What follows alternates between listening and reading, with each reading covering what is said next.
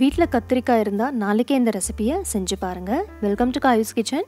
இன்றைக்கி நம்ம சேனலில் சிதம்பரம் கத்திரிக்காய் கோட்ஸு செய்யலாம் வாங்க.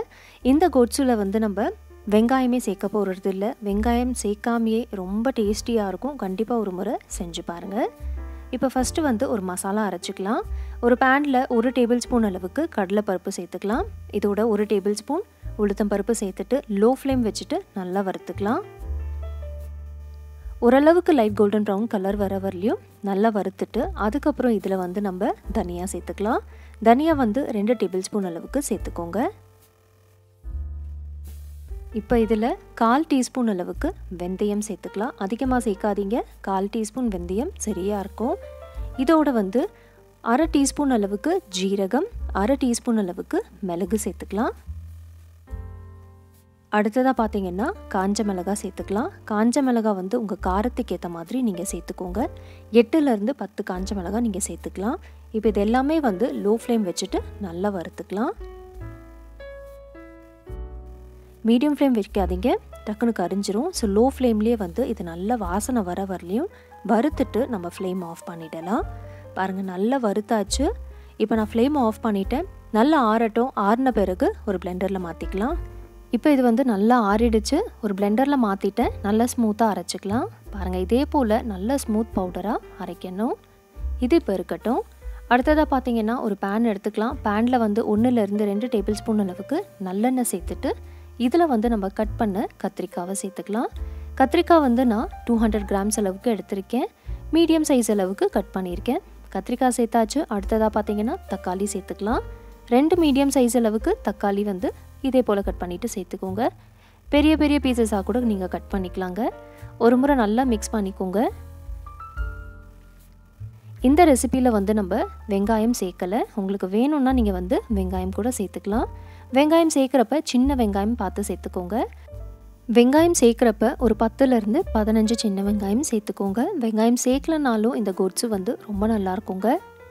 இப்போ நல்லா மிக்ஸ் பண்ணியாச்சு. அடுத்ததாக இதில் 1/2 கப் அளவுக்கு தண்ணி சேர்த்துட்டு இதை நம்ம மூடி வச்சிடலாம்.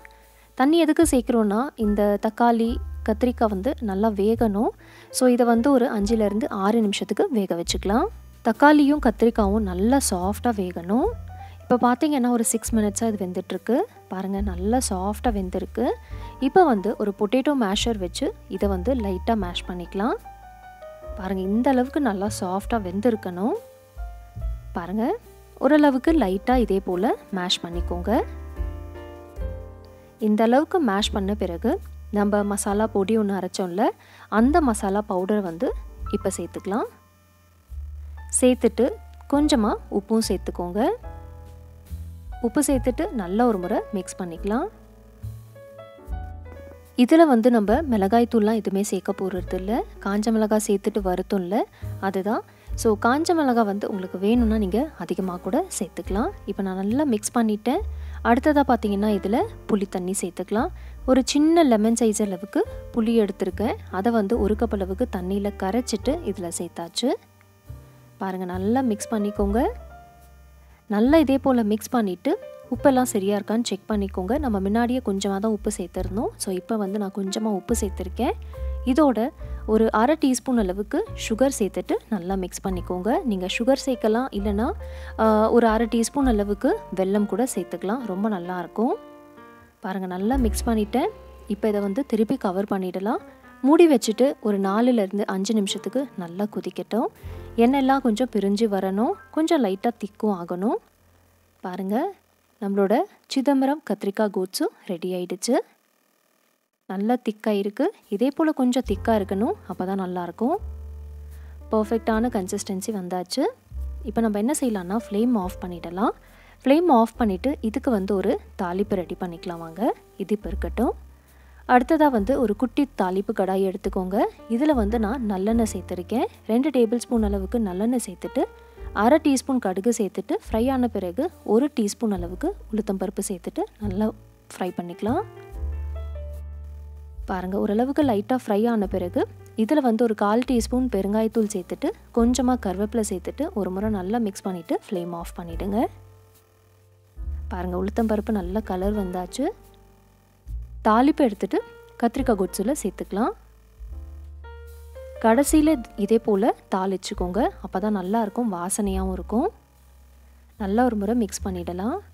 இந்த கத்திரிக்காய் கோட்ஸு வந்து இட்லி, தோசைக்கு, சப்பாத்திக்கெலாம் ரொம்ப நல்லாயிருக்கும். அதை விட வந்து நல்லா சூடான ரைஸில் கொஞ்சமாக நெய் இல்லைன்னா நல்லெண்ணெய் சேர்த்துட்டு இந்த கத்திரிக்காய் கோட்ஸு வச்சு நல்லா பிசைஞ்சு சாப்பிடுங்க. ரொம்ப டேஸ்டியாக இருக்கும். ஸோ உங்கள் வீட்டில் கத்திரிக்காய் இருந்தால் நாளைக்கு இந்த ரெசிப்பியை ட்ரை பண்ணுங்கள். ட்ரை பண்ணிவிட்டு மறக்காமல் உங்கள் ஃபீட்பேக் எனக்கு ஷேர் பண்ணுங்கள்.